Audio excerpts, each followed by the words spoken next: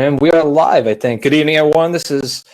Welcome to episode 2 of the Wine101 show live stream, coming to you tonight from firetalk.com for August 14th, 2016.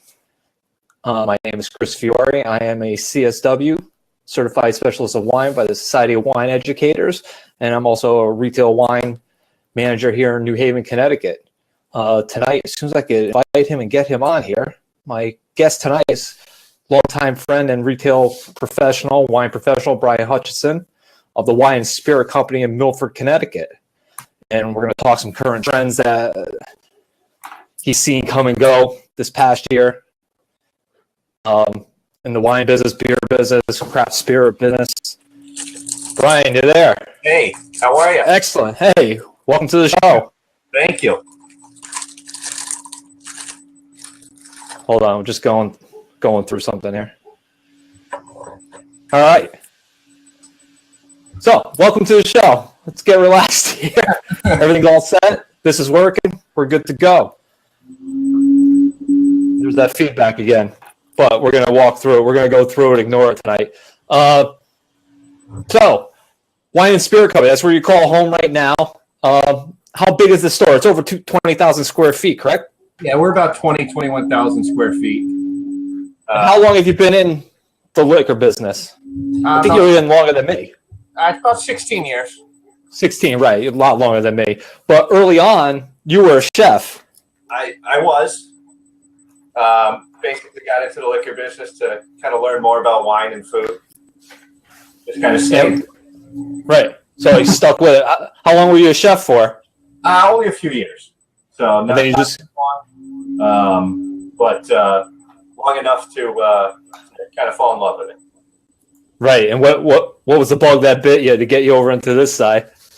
Yeah, it was just the ability to learn so much that you can't learn when you're working 9 billion hours a week in the restaurant business. Right. As opposed to what, the 5 billion hours in the retail business? Yeah, it's only 5 billion now. Exactly, only 5 billion. So, for those of you that don't know, Brian and I used to work together at a store in Southern Connecticut. We worked together for a few years, and when he came down to Milford to run the Milford store, had the opportunity to work with him again. He invited me down, do some wine tastings, wine classes, help out in the wine department. And your wine department is just huge.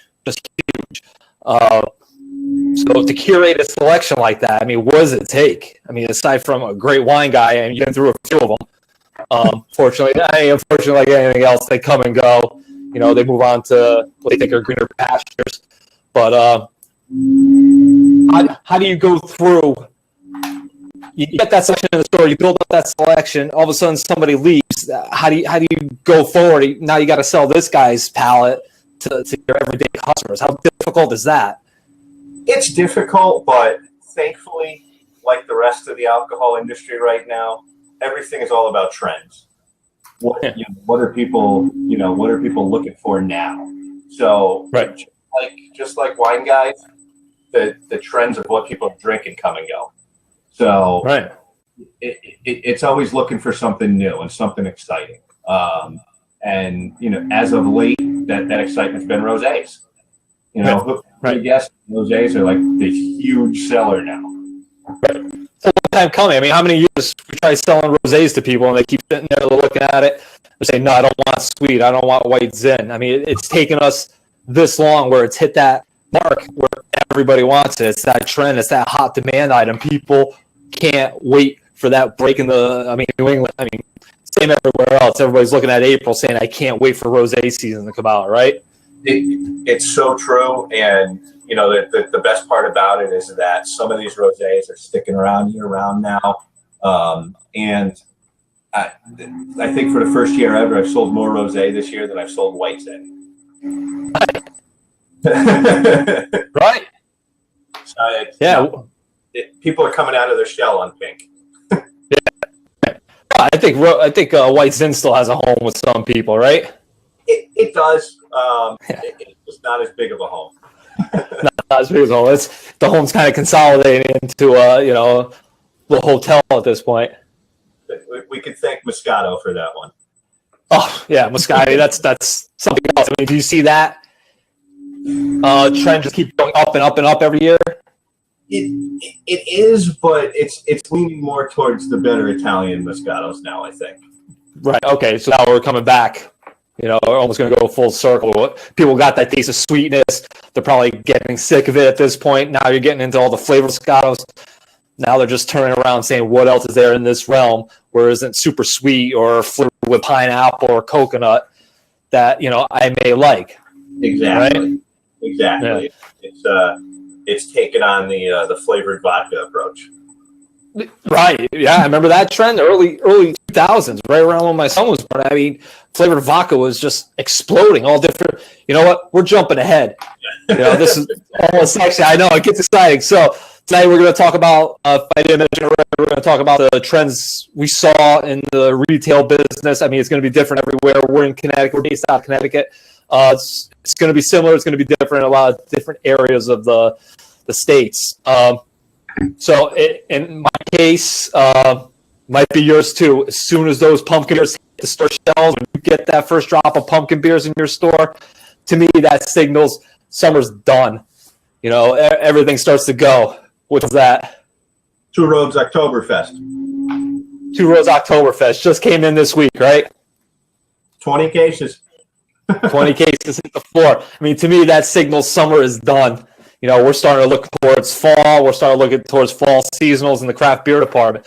So with that, I mean, we just saw with the craft beer, we might as well get into that. Before we touch on that, tonight we did something a little different. Where last week we did wines with my friend Nate, who was a coffee roaster.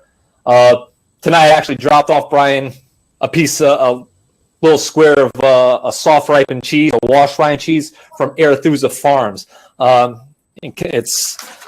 Farms is located in Litchfield County, in Connecticut, which is probably not too far from you, right? Not far at all. Not far. Right. I mean, northwestern part of Connecticut. I mean, you're more familiar with that area, but it's mostly farmland, correct?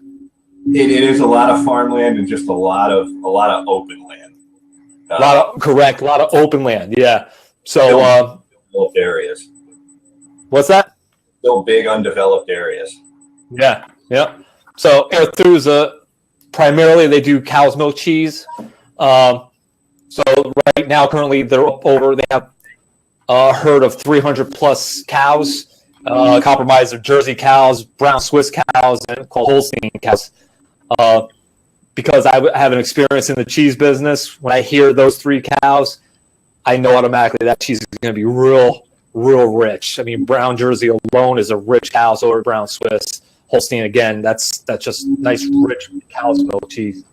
So I picked up a wash rind cheese for them called Diva. And as soon as I dropped it off to them, the ride in my car was like ultra stinky. People out there watching this, they're familiar with cheese. This looks and smells like the French cheese called La Paz, another wash rind cheese, real creamy. How long has yours been sitting up for? It's been sitting a little over an hour now. Yeah, is it starting to run? It's starting to get nice and runny inside. Yeah, I mean, if we pulled this out a lot earlier, around 5 o'clock, 6 o'clock, this thing would be soupy all over the place. But the smell from that rind is so pungent. I mean, earlier Brian was talking to me and just saying it's sticking up my fridge. Same here, and I had it double wrapped in plastic bags trying to keep the nose down on it. That smell comes from the bacteria. It's an edible bacteria. If you look at the rind, it's rind sticky. It's orange. It's an edible bacteria they inoculate the rind with, so it encourages that specific mold activity. You get that funky smell on it. But that doesn't always translate to the interior of the cheese. So with that, Brian you picked a wine tonight for the pairing, right? I did. And you have a backup beer you pulled up? A couple. You got a couple backup beers. Tonight, instead of wine, I ventured down to a different category. I went with beer. And Brian, in his store, he has one of the better guys in Connecticut. So, and another show I did with another live streamer, talked about relationships and getting to know your local guys. And beer's kind of, I mean, especially now. I mean, 5 years ago, I could hold my own in beer. But right now, it's just off the charts with everything going on in the craft beer world. It's just, I can't keep up with it because I'm not turning over that kind of stuff. I'm not exposed to that kind of stuff. But Greg is. So to talk to Greg about what I'm looking for, trying to describe the cheese to him and tell him what I was looking for specifically, I mean, that's real cool because like you, like me, Greg's like that in beer where he's not snobby about it. He could hold his own with any beer snob out there. Go toe-to-toe with them.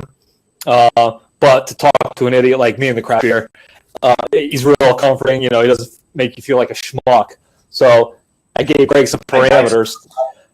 What's that? I'd say he's probably one of the best beer guys around right now. Yeah, right. He's in tune with the craft market, but he also will drink a Michelob Chelada every once in a Chelada every once in a See, there you go, right?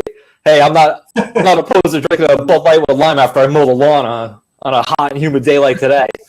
You know, people laugh at me. I'm like, you know what? I don't care. I'm thirsty. It quenches the thirst. It tastes like a big bowl of Fruit Loops minus the milk. It's just right now it's refreshing. I don't care as long as it's cold. But high life. Huh? What's that? High life. High life, right? All the craft beer guys like high life. So I gave him some parameters. He gave me the Stillwater artisanal ales from Maryland. This one's brewed with sake. Well, excuse me, with rice. They're trying to get a sake style to it. It's actually a saison. So that's the first beer I'm pouring tonight with this cheese. So what are you pouring first? Nice little Domaine Huchard Provence rosé. I think the nice lightness and kind of fruit forwardness of this will cut through the at least the smell of this cheese anyway. So you're more familiar with craft beer. That's another question. We'll pony back off it though. You have more of a craft beer spirits background, correct? That's your forte. Yeah, I basically more of a spirits, and then followed up with craft beer, and have done a good amount of wine, but nothing on your level. Right. See, and that's the beauty of everything. Where customers coming to me looking for something real specific with like your forte, single malt and bourbon. In my opinion, I thought I thought the world of you in that category, amongst other things. But when a customer came to me looking for something real specific, I always point them in your direction. I mean, even though we're at two different stores, you share the same philosophy.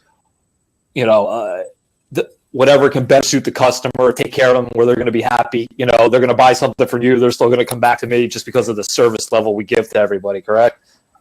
Exactly. And I think that's what customers are looking for nowadays is people they can actually trust rather than people that, want to make $1 off of. Right. So if you hey, listen, I got a guy that can help you out a little better in that category.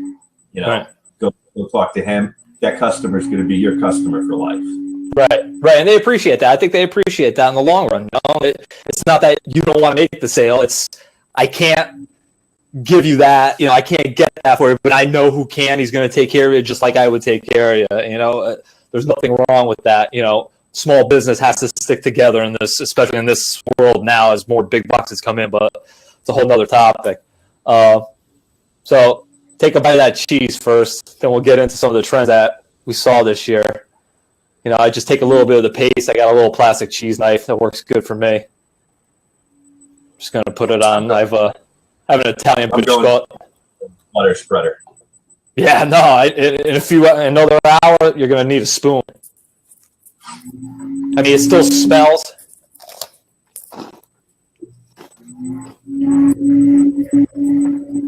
That smell's still there, but the mild taste of it is just not what you expect when you first take a bite out of it. Right. That nose throws you totally off. But it is creamy. I've been afraid to take a bite out of this cheese all day because of the smell it gets. How's the wine work with it? It's actually a pretty good pairing. Yeah. Some of the wash rinds, a lot of them work with rosé. Could bring out some of the more fruity notes in it. I think the smell on this rosé, the nice real fruity nose, helps to combat that smell of that cheese, but it's not overpowering for the actual flavor of the cheese. Yeah. I mean, this beer works because it's a nice light, dry saison style, but it's not really knocking on it. It's got a little bit of acidity. I want something with a little more acidity, and I'll get into that with some of these other funky things he pulled out of the back room, which means they're probably high octane. If Greg's hiding something in the back room, it probably means they're a little more special than the regular stuff on the shelves, right? For the most part, yeah. For the most part. But lost back. What's that? Sometimes a case just gets lost back there. Yeah, it gets lost, right? For good reasons, it gets lost. So some of the trends, we'll stick with the craft beer. What did you see this past summer with craft beer? I mean, I was really out of the loop this summer for beer especially, but... So like, with craft beer, we had a lot of huge brands that finally hit the Connecticut market that people have been waiting for years, with Firestone Walker, New Belgium. These brands should have, took off like, rockets. They sold great for a week or two. They're another brand now. Craft beer market has been so oversaturated that nothing really sticks anymore. Everybody's looking for the newest addition, newest, trend, newest flavor. So nobody has brand loyalty. No, right. That's, I always saw it as hey, that's an Eddie category. You want what you can't have. So as soon as it got, especially now, because it seems like new brewers are getting licensed for sale in Connecticut faster and faster, where people are saying, well, I wish this was here. I wish New Belgium was here. I would love some Fat Tire. I can remember when I got into the business, everybody was asking for Stone. Now that they're all here, it's like, oh, great, they're here. Oh, yeah, great. I could pick up a 6-pack of Fat Tire now. What's next? Oh, I want this next. I wish Pliny the Elder would be sold here now. Oh, I wish this was here. It just seems like they're going down a rabbit hole. They want. You want to deliver it to them, but then, like, I look at your store. I mean, how do all these brands sell? I mean, every week, how many new additions of craft beer are you adding to that shelf? So there's the seasonal market where you have your winters, your Oktoberfest, your summers. Yeah. Right now in the craft beer world, all these new releases that aren't seasonals, you almost have to treat them as if they are seasonals. Get them in, right. Move on to the next one. Right.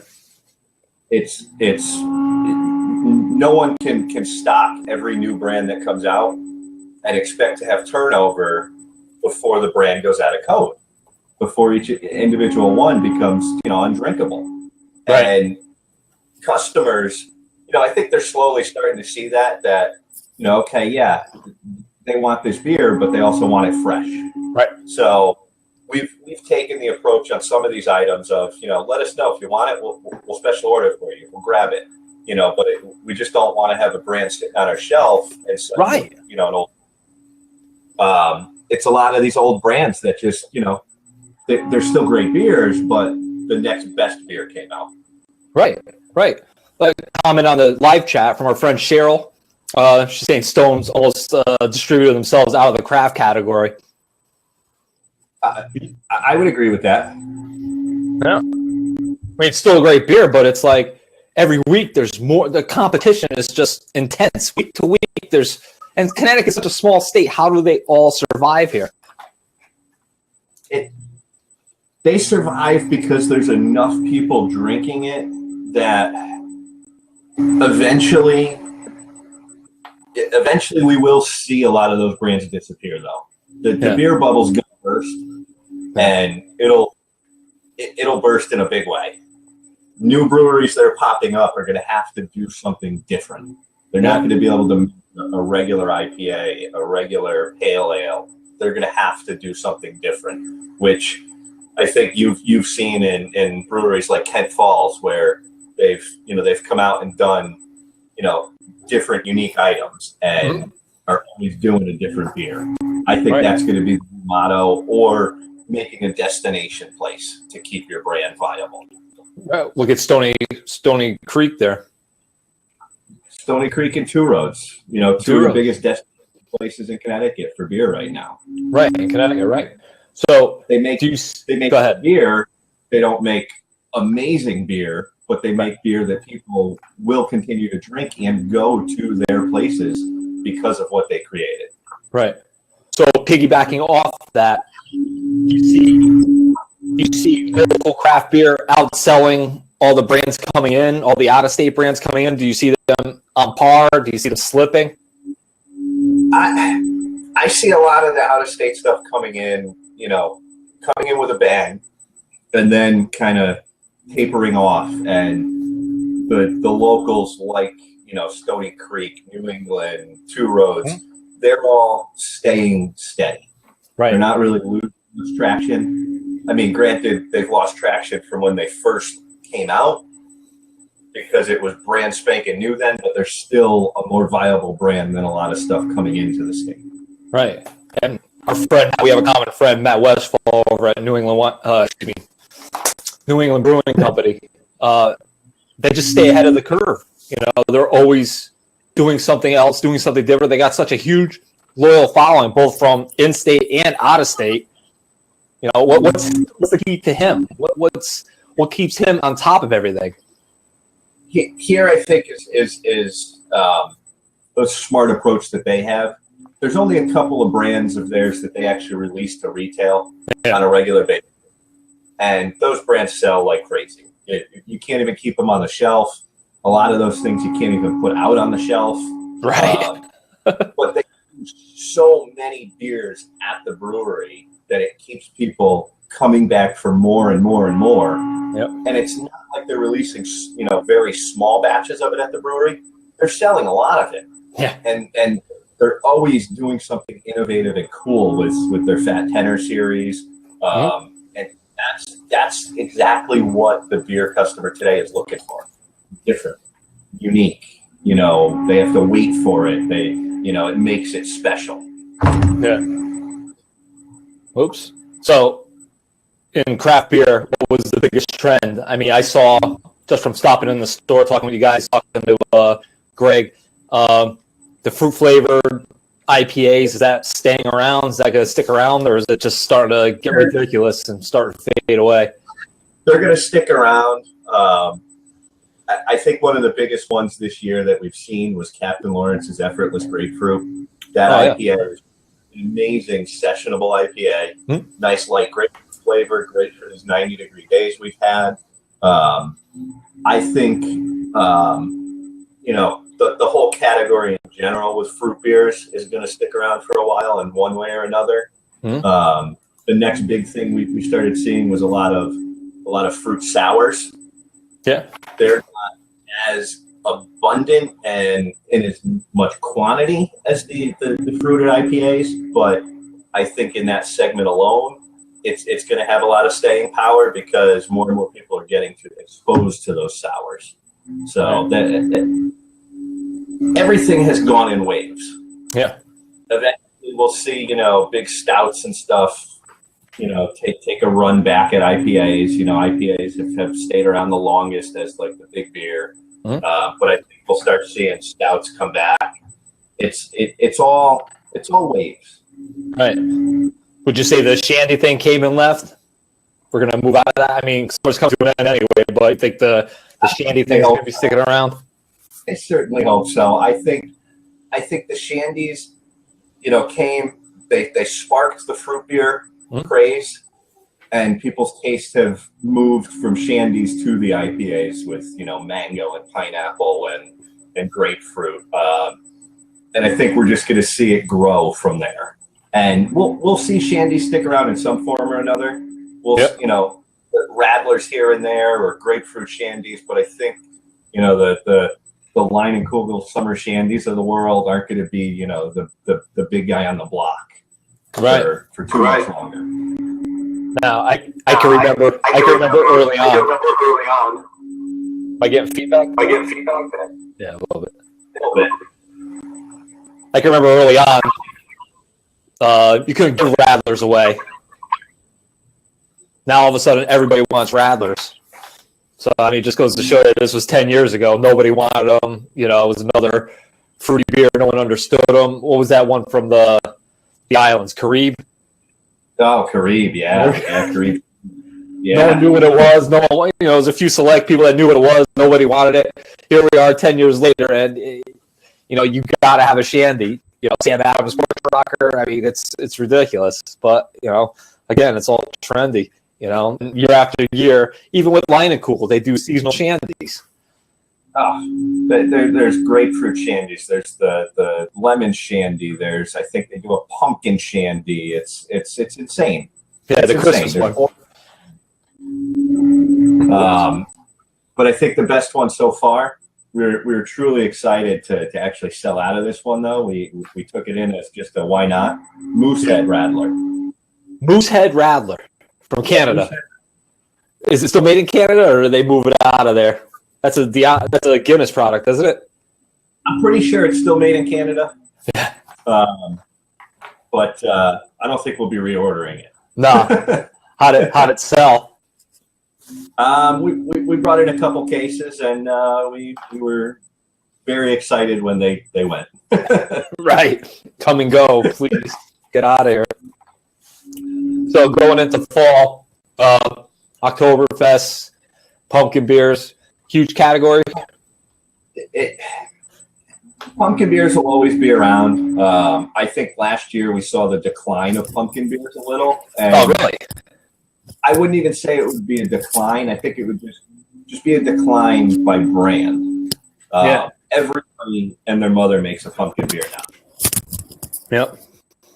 So it's still going to be a big category. You just won't see big, massive displays of Shipyard pumpkin and Southern Tier pumpkin all over the state. I'm surprised I haven't seen Shipyard Pumpkinhead out yet. And here it is, August. A lot of retailers aren't too happy about Shipyard pumpkin right now. Okay. Yeah, because usually they're the first one to hit market.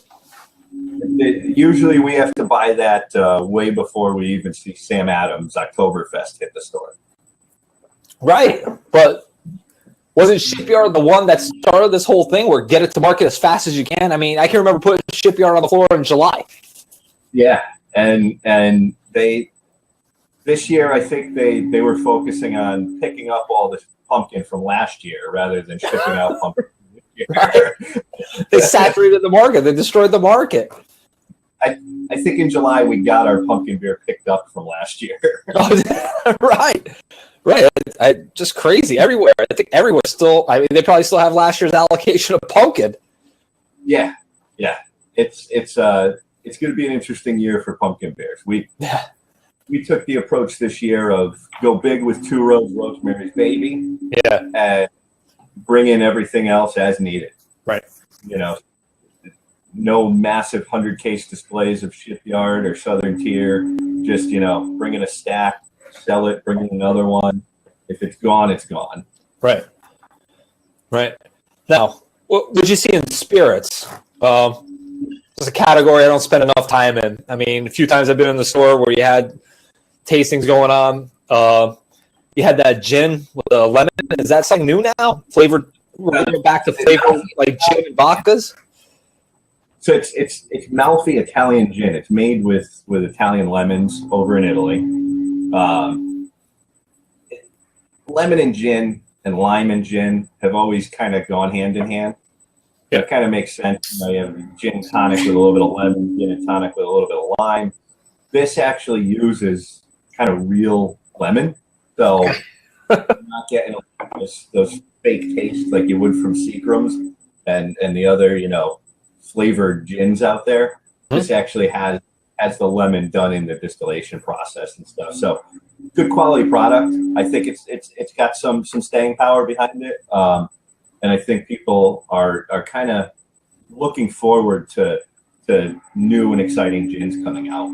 So I think gins are kind of one of those categories that are on the rise right now. Yeah. Have you seen vodka take a back seat, excluding the Tito's phase and all that?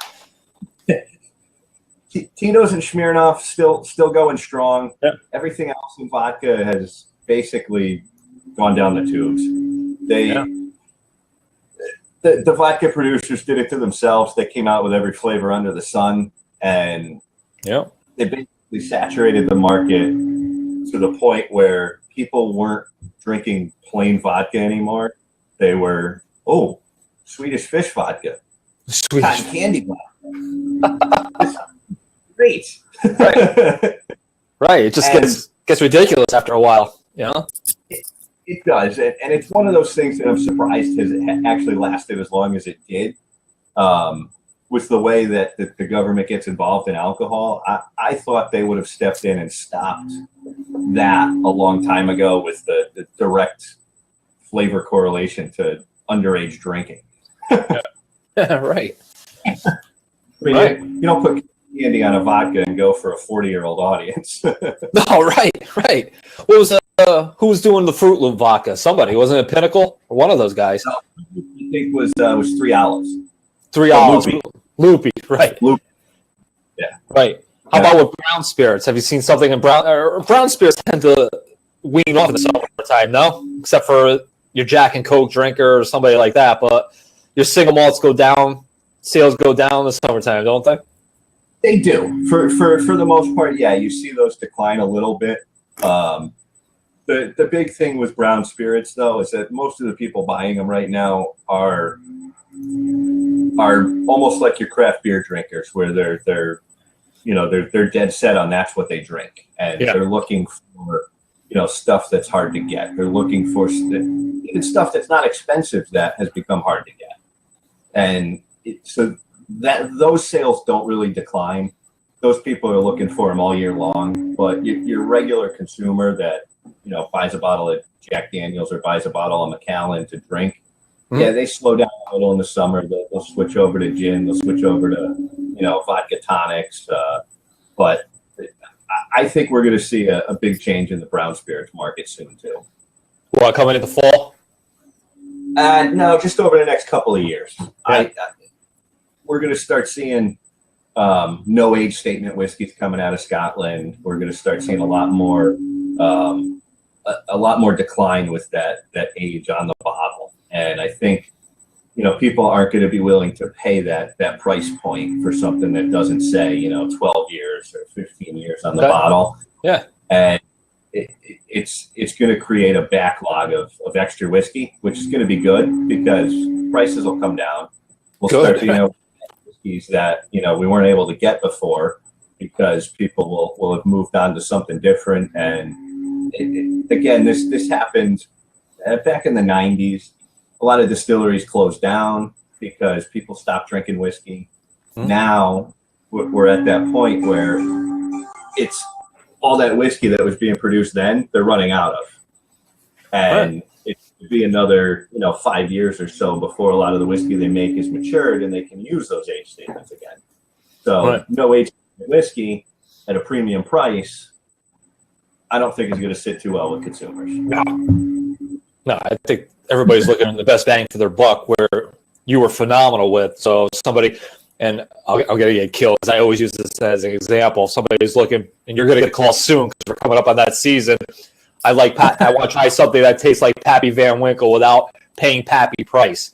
I mean, somebody like you comes in and says, well, then try this because this, it comes from the same family tree and this and that, correct? So there is that, and unfortunately, even that has been harder and harder to do. That wonderful distillery, Buffalo Trace, that now produces all the Pappy Van Winkle and produces a lot of the whiskeys that will share that same makeup.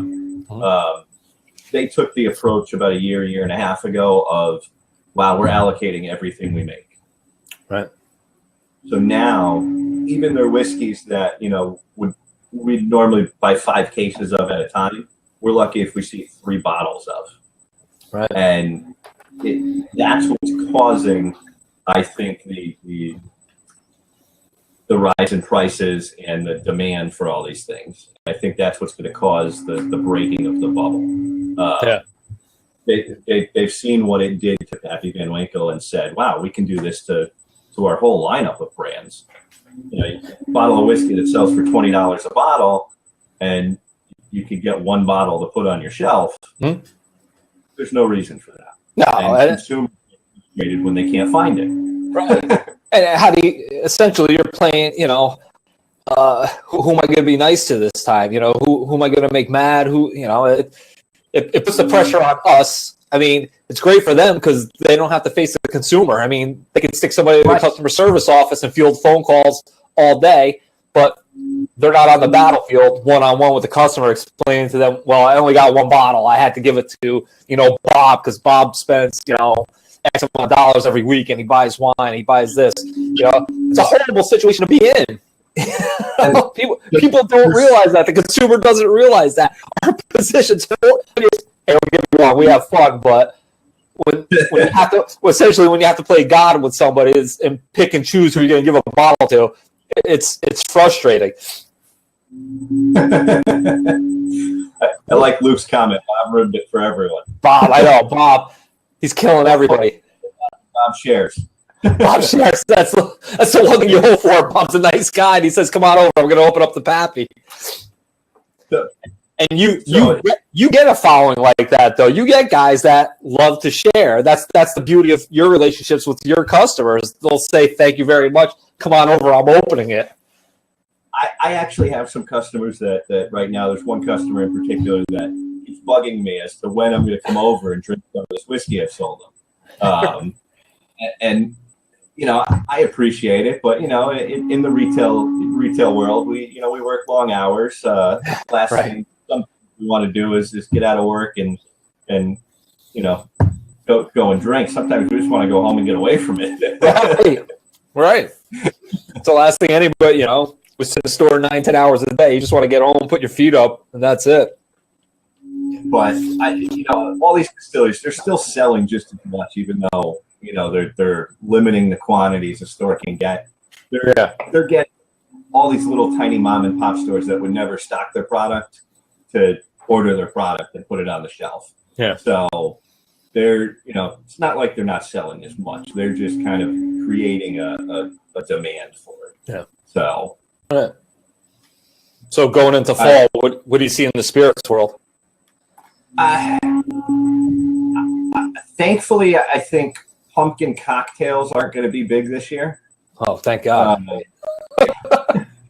Last year, last few years, those have been nightmares. I think we're still going to be big. I think we're going to see a lot more rum drinks. I think people are starting to realize that there's good sipping rums out there, good higher end rums that they can use to make cocktails with. Good point. Yeah, Morgan.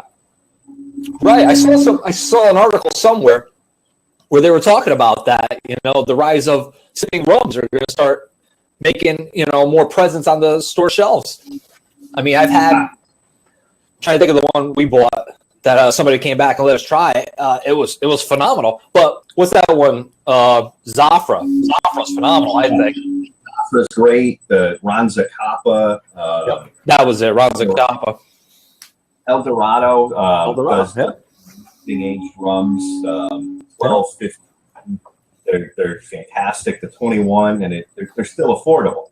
Right. The 21-year-old still is under $100 a bottle. You try to get a 21 whiskey, and you're talking, $300, $400, $500 a bottle.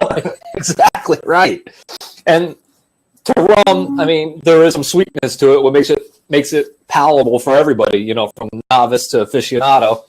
Just depending on what degree of sweetness you want in there. But to get into that, I think it's probably easier for the novice like me than getting into like whiskeys or single malts. No. I would agree with that. I think you're spot on.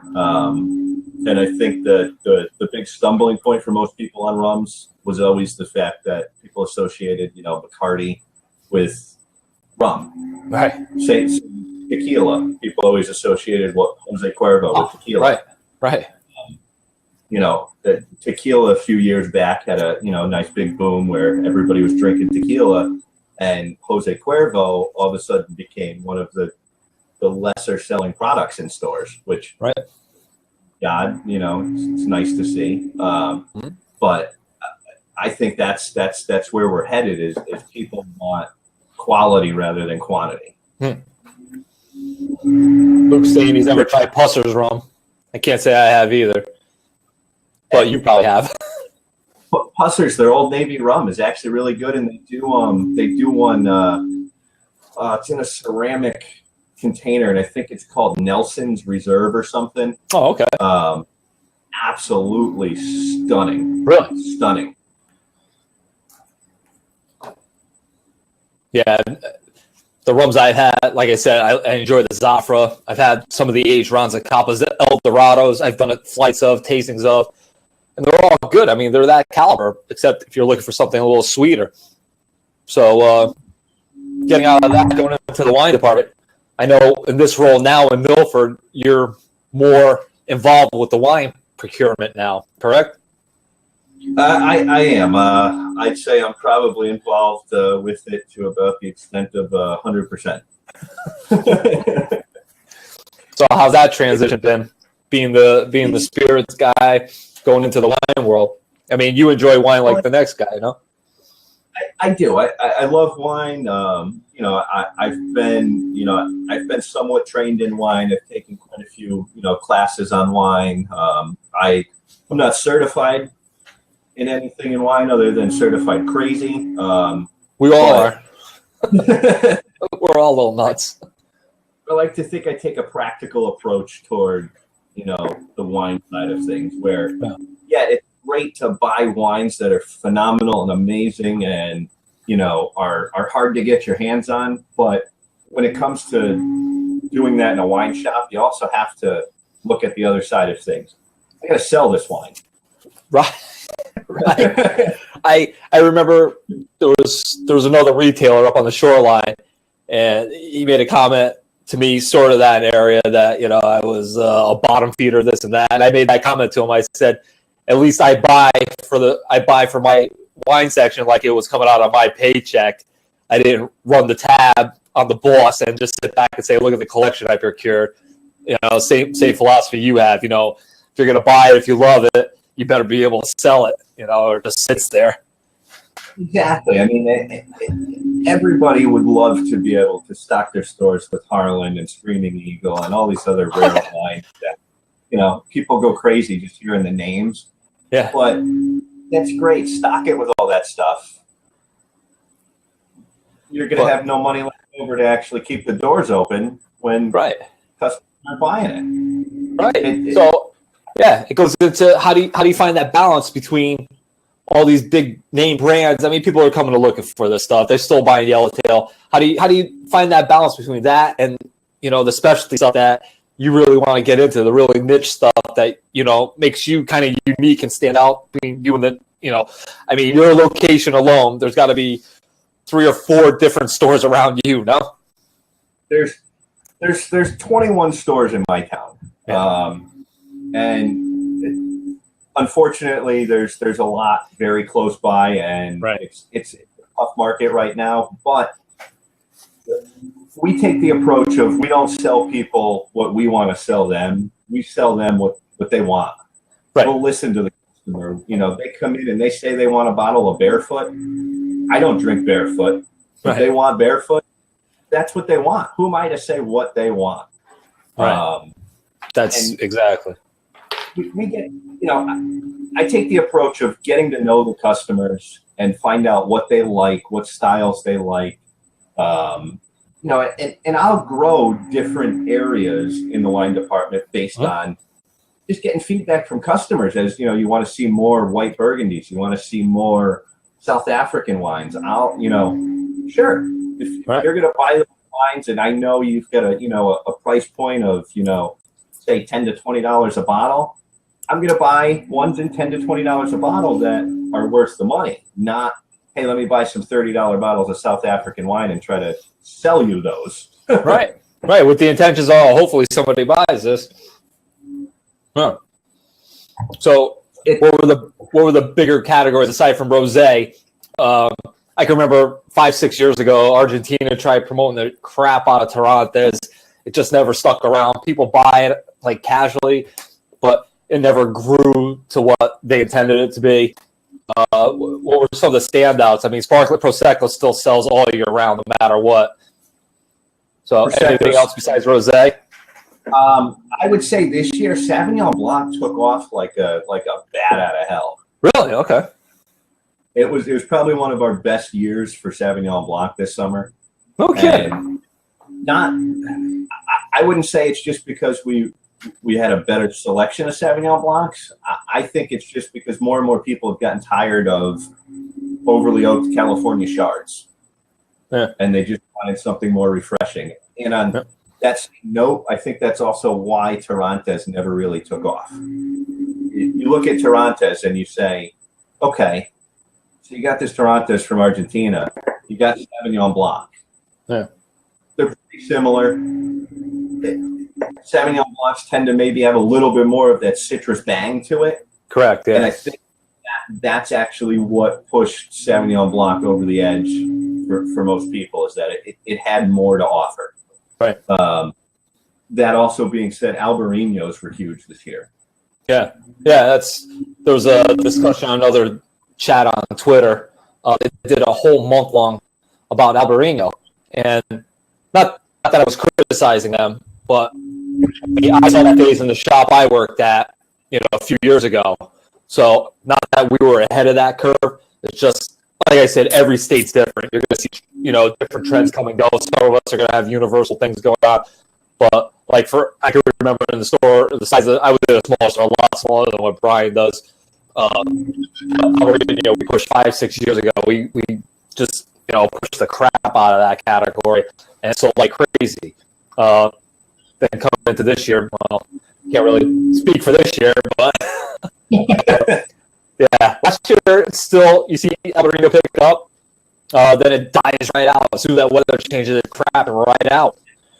But you're saying it was real strong this year. It was very strong this year, and I think that has a lot to do, again, with each individual wine person. Mm-hmm. Everybody's got different wines that they like and they like to sell. I happen to be a huge fan of Spanish wines. Yeah, right. Likewise. I also never really got into whites a lot until I started diving into a lot of French and a lot of Spanish whites. Mm-hmm. I think that old world style is kind of what brought me into the white land. And that helps as far as Albariños taking off. I became fascinated with them, and people that were looking for something a little lighter than a Sauvignon Blanc, but still wanted that that minerality and that slight citrus taste. And Albariño, grab one, and I think that's just a home run because the points are usually amazing. Right. So, are you still on the rosé, or did you move on? Still on the rosé. How's that changed up? It's changed quite a bit. It's the nose is still there, but it's definitely tasting a little lighter. Yeah, I moved on to this. See it for the camera. It's the Long Trail Smash. They're single malt and single hop Citra. So I mean, you look at the glass. It's a little darker than that last one, the Saison, which it probably should be, correct? It should be. It's a little hazy. Yeah, but have that nice hop haziness in there. Yeah. Something with, I know what the Citra hop is. I was expecting a little more citrus nose to it, but I'm assuming with that single malt in it, it tones it down a lot. I mean, this almost has like a caramel flavor going on. So less of that citrus, less citrus, less bite, more subdued. Not horrible. I mean, it's still kind of got a hop character to it, but not what I was expecting. So, the one thing you didn't highlight was Long Trail. Okay. not to say that Long Trail is known for making great beer. No. In the last couple years. Yeah. No, I was gonna bring that up. their limbo that they came out with a couple years back. Yeah. That basically opened the doors for Long Trail to a whole new segment of craft customers that they didn't have before. And that's also brought way to this Smash series that, you would have never seen come out of Long Trail before this. So I think Long Trail's done a great thing by stepping up their game and coming out with these fun, exciting beers that they're coming out with. Yeah. Yeah. I mean, with the cheese, this kind of overpowers it. Yeah. All right. Greg is 1-1 for tonight.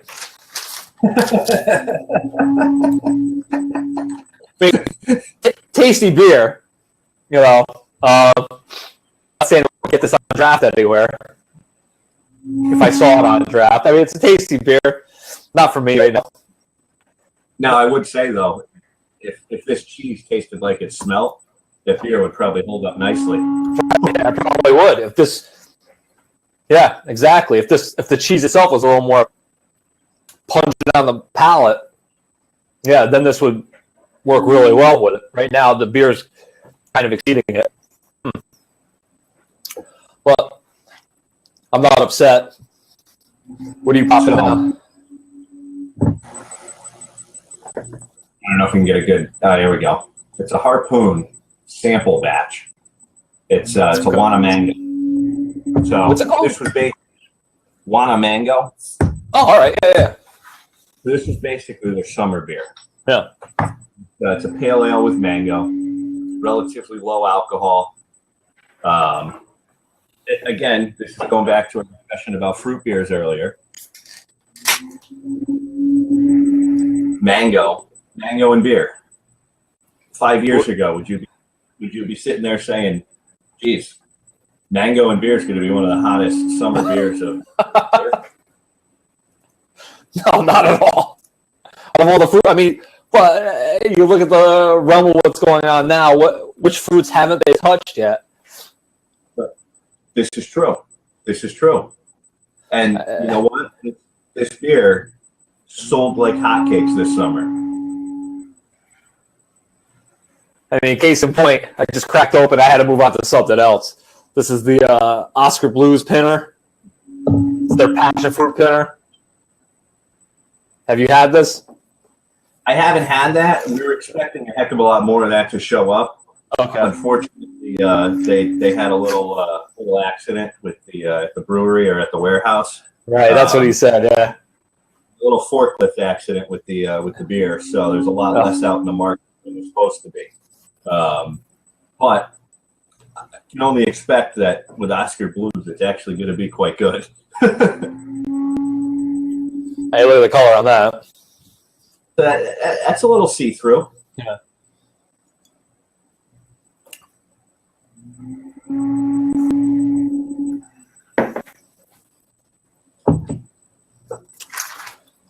It's got a nice body to it. Someone has that passion. It's not real dominant. I mean, you get little hints of it, but I kind of like that. It's there. You got to keep guessing. You got to keep sitting back and saying, "Hey, there it is. There it is." It's not like a Sauvignon where it's in your face. Big citrus and grapefruit. It's there though.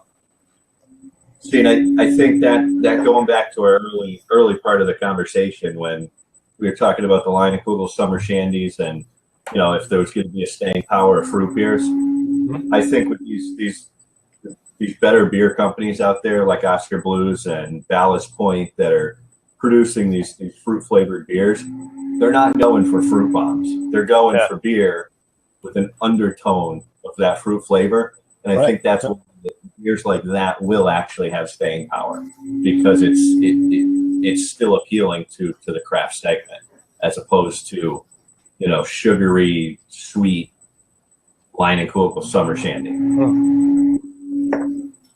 I mean, with the cheese, it works.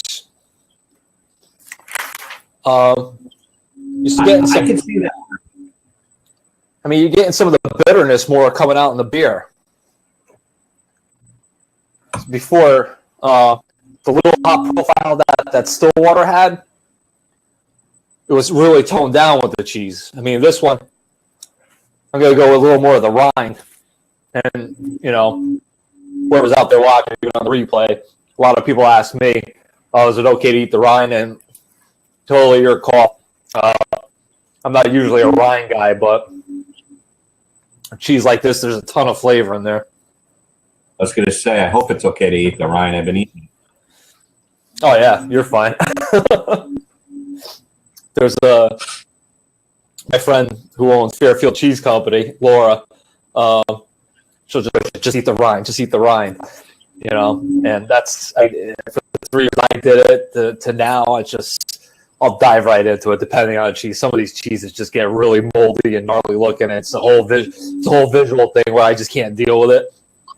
I can't deal with putting that in my mouth. So that's tough for most people, seeing a moldy rind and going, yeah, really, I'm going to eat that. Yeah. I mean, I can remember this one cheese. I mean, just green hairy mold on it. Somebody special request, and we brought it in for them. And I couldn't look at it. He's like, "You want to try this?" I'm like, "No, it's probably fantastic, but just visually, it was hairy. I can't deal with eating a hairy cheese right now." But so how's your beer working with this? The Harpoon is very, very subdued. It's basically a lawnmower beer. So not so much. Yeah. Not so much. And I think that's actually the reason this was so popular here is people could just grab these, slam them down. That touch of the sweetness from the mango just made them refreshing. Right. Yeah, right. Good. To actually pair with something like this, not what it was meant for. Nah. Right. So bring us to our other segment I call Spit or Swallow. So if you don't know how to play the game, not really a game, but so many different ratings in the wine world, even in the craft beverage. You go to Beer Advocate, they're throwing scores up. You and I read a ton of them every week. So I'm getting away from the scores. I'm getting away from the 5 stars. I'm just breaking it down between if you like the beer, you're gonna swallow it. You just hate this beer, you're gonna spit it out, or wine, whatever we're drinking tonight. Then the third one is just savor, where it's so friggin' good. You're just gonna sit back all night with that thing in your glass. You're gonna put a baby bottle top on and just nurse it all night long because it's so stinking good. So, how do you rate your wine? I would go with definitely a swallow. Yeah. I haven't found a rosé yet that I would classify as the savor. Yep. I think rosés are meant to be drank as refreshing, kind of relaxing summer, summer wine choices. Right. So back relaxing all night. I just can't see that with a rosé. I'm sure people do it, but everybody's got different drinking preferences. I'll tell you what, there was that Kermit Lynch rosé from what was it? Fonsan from the Corbière region of France. Like wine boy gets like a case to give out to each account, and it's fantastic shit. And even if I find it somewhere in like October, November, I'll pick up whatever they got left. That's preference, but that one's really good. I'll sit and sip on that all night just because I know I'm not going to get it again, and enjoy every stinking drop of it. Yeah, that's a different story. What's that? That when you find something, right. See. And like this one, I didn't even pick this one up at my wine shop. Right. This like a month and a half ago. Yeah. So I was excited to see it because I like it. It's a great roast. The Hutcheson's fantastic. I mean, I can remember selling that for what was it, $12.99, $11.99 back in the day. I'm sure it went up a little bit, but it was a great rosé before rosé was where it is now. You try pushing it to people. I mean, I can remember the store I was in. We go through like 4 or 5 cases a week for a little store just because it was a really good rosé. Huh. And that was like back then. It was 1 or 2 rosés that you carried because it wasn't, Connecticut market wasn't hitting that mark yet with the volume of rosé we were doing. I don't think anybody really was, except Long Island. I mean, Long Island was flying through rosé like it was, going out of style. I mean, even before the craze hit, that was their thing. Rosé everywhere. Every vineyard out there was making rosé. And now look at it. I mean, nuts again. One of your favorite rosés is from Long Island. Yeah. Oh, the Wolf. So, yeah. Yeah, delicious. Great rosé. The first time I tried it, that tasted like Sauvignon Blanc. So citrusy and tons of minerality to it. That was fantastic. But year to year, that changes. You know, they're very seasonal too, which it should be. You know, I like tasting different variations in it. You know, where get it, you know, I still like it. It may not taste the same as the previous year or one of the other years I really like, but it's still a good rosé. You know, I buy it, I try it. You know, I take a few bottles home, keep them on hand, just pour it out all summer. So, how about what's that? I think that's one of the fun things that keeps the wine industry interesting is that wine should change year to year. It should, right. That keeps you interested. Say, how's this year? How was this year? I think some of the other stuff gets so homogenized. You know what Carnivore is going to taste like from 2013 to their 2015. It's probably on the shelf now. You know, it's going to taste like, you know, they keep it. No matter what can they put it in, America or the regular one, it's still going to taste like Budweiser. Right. They keep great standards, you know, for the high volume they turn out. Kendall Jackson's the same thing. You know, if somebody's telling me that the 2013 Kendall Jackson tastes better than 2015, sure, whatever you say. I'm sure it does. You know, I'm sure it does to you. You know, try something different then. If it's, you know, if you're questioning, try something different. Put your ice in this time. What's that? I forgot to put their ice in. Yeah, I forgot to put the ice in it. Yeah. So let's coincidentally, you just said that. I'm going to take a couple questions from the Twitter chat during the week. Some people sent me questions. Funniest comment a customer ever made to you? Oh. Let's put ice in their wine. Well, yeah, there is that. I mean, I don't know if I'd say comments or more questions. We get customers come in all the time and say, I'm looking for this wine. It has red on the label. The wine, it was a red wine. Do you have it? Of course we have it. We got tons of wine red on the label. Or, you know, I really love, you know, sweeter wines. Can you show me a good cab? I can show you a great cab, but if you like sweeter wines, you won't like it. Right. I always go back to when we worked in Southington together. I always go back to the person I was helping. They were looking for Pinot Noirs. I showed them a French Burgundy. They looked at me. They said, "The French make Pinot Noir?" I said, "Yes, yeah, they do." They said, "For how long?" I said, "A few centuries. Give or take." You try to have fun with them. You don't want to make them feel like I don't want to say a schmuck, but we do this 60 plus hours a week, so it's like me asking my mechanic questions, fixing my car. I mean, he looks at me like cross-eyed, like shut up. He could tell me a line of BS, and I'd be like, oh, all right, yeah, sure. You're gonna put square wheel on my car? Sure, yeah. If you think that's gonna work, it's gonna straighten out my alignment, sure. Same thing. I still get that all the time with people in Bordeaux. Yeah. I only drink red blends. But I got this great Bordeaux. No, I don't like Bordeaux. I only drink red blends. Right. But I mean, that's the fun we have, and trying to get people to understand what everything is. When you get somebody actually, what's that? Exactly. Yeah. When they say something like that, that's our window of opportunity to say, hey, no, you know what? Bordeaux, they're all blends, try it.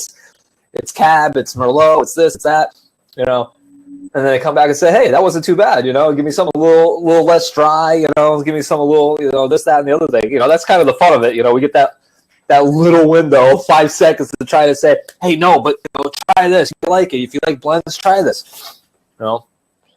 And that's the fun part about when you do get to form that relationship with the customers.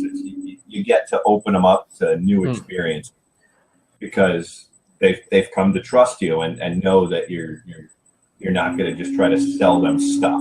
Right. That you're growing them. Yeah, that's a good segue because the next question was because you're in a big box store, how do you keep that personal relationship with your customers? I mean, you're seeing a higher volume of customers than I saw at the stores I worked at. So I mean, I see hundreds of customers every day. Yes, I'm not going to get to know every single one of them. And the customer that wants their barefoot, wants their yellowtail, I actually may know some of their names just from talking to them and helping them. But most of those customers, that's what they buy. They're going to continue to buy that. right. It's the other customers that come in and say, hey, I know nothing. I want to get into drinking wine, or, hey, you know, I've been drinking this for years. What can you show me that it'd be like this? The important part is to be honest with the customer, to not try to sell the customer something you want to sell them or you like. It's to get to know what the customer likes, to form that initial trust. Right. And once you do that, and once the customer realizes that, you are actually, you know, there to help them, it becomes easy. Even being in a big box store, not every customer that walks through the door is going to want help. I hear on a regular basis throughout the day, probably 60 to 70% of the customers, when I ask them, you know, you need help, and they say no. A lot of them go into the big box store just because they want to go in, have a great selection, and get a good price. They don't necessarily want it's the ones that come in because of the selection, but also because of the knowledge that, you know, those of us that work there have. Right. On top of the knowledge, and especially in your store, it's passion for the product, you know, as opposed to some of the chain stores in the area. I won't mention any names, but instead of pushing their own private brand that they probably hate to death, you know, a store like yours is more passion driven. You know, I definitely see it with you when you're helping people in the wine department. You see it with Greg over on the beer side. You know, it's, you know, you're really, again, like you said, you're going to sell them, you know, what you think they'll like. You know, you're not going to try to BS them into something that they're just going to be pissed off about. And they're going to come back and say, "Oh, what'd you do to me?" You know. I totally get where you're going there. Yeah. It's you know, I would never stay in a retail business if it wasn't this one. Right. The alcohol industry is what makes this retail business actually enjoyable. Yeah. You never get to know the first name of a customer when you're selling them shoes, or, you know, selling them toilet paper at the grocery store. Right. I didn't. I worked at Stop and Shop for 10 years. I probably remember a handful of people's names. You know, it's same thing. That's, you know, you're not developing a personal relationship, picking out their ziti pasta for the week, you know, or their can of Dinty Moore beef stew. You know, it's not. They're not looking in saying, "Want this bottle of wine? What can you suggest I make for dinner?" Right. See? And that's more fun. They come back, you know, they shared a bottle of wine with their family. They come back, they say, "Oh my God, my family loved it." You know, no one cared about the, you know, the bounty paper towels you stacked nice and high and made a nice display of for the week. You know, that didn't light the family table up for the weekend. You know, that's what makes this part of retail enjoyable is the experiences. You get to hear about the after effect too.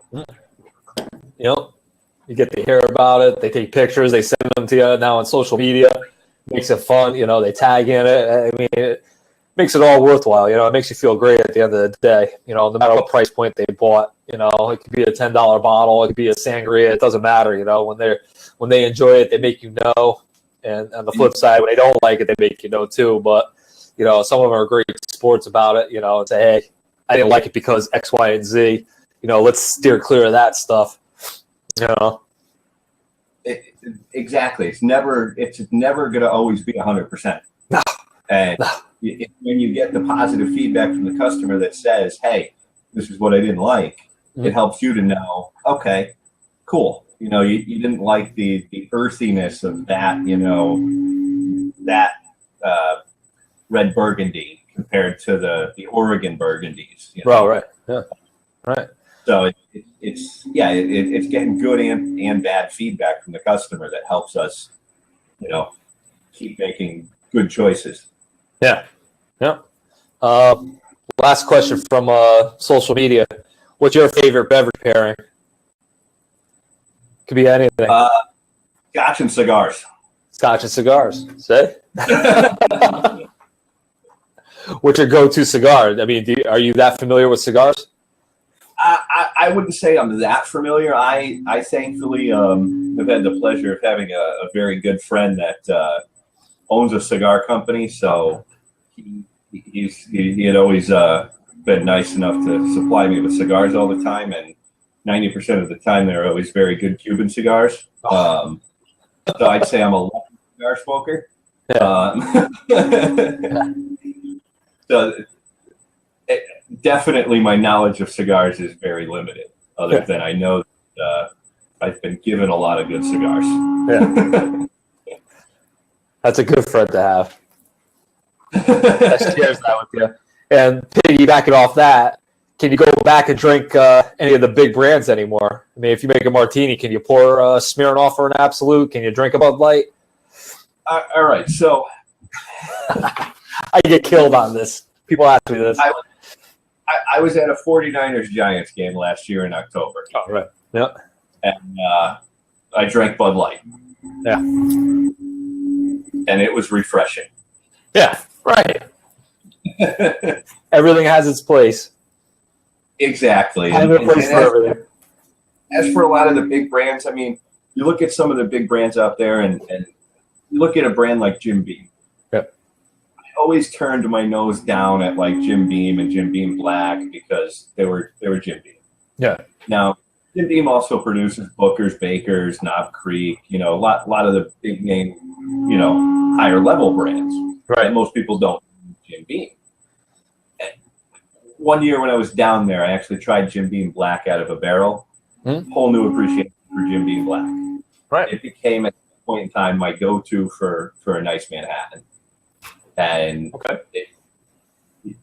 everything has its place, whether it's made by a massive company or it's a small production. I think everything's got a place for somebody. Yeah, exactly. So I'm going to wrap this up and close it out. I'm going to show off the smash. I don't know. I wasn't crazy about it. I'll swallow it, but I'm going to have a puss on my face. I'm not going to be too happy about it. It's not horrible beer. There he goes. You broke it out. Cheese was high. Cheese was. Hey, I had a cabinet, little wrapped cheddar, so I enjoy that stuff too. That's the one thing. Like people say, "Oh, you must be a huge cheese snob." I'm like, nah, really. I eat the Polly-O cheese sticks all the time. I said I jive with that. Yeah, I'll go to the grocery store and buy that big hunk of orange, block of imitation cheddar, just because whatever, it's good. I'll knock on that with a thing of Ritz crackers and be happy about it. I kind of like this one though, the Stillwater, even though it's super dry. I like it. The Penna from Oscar Blues, not bad. So I'll give them all a swallow. Not going to say I'm spitting any of them out. I would order that Stillwater again if I found it on draft or by the can somewhere. Pinner, I would like to try on draft. See how that changes. See if that changes flavor of it.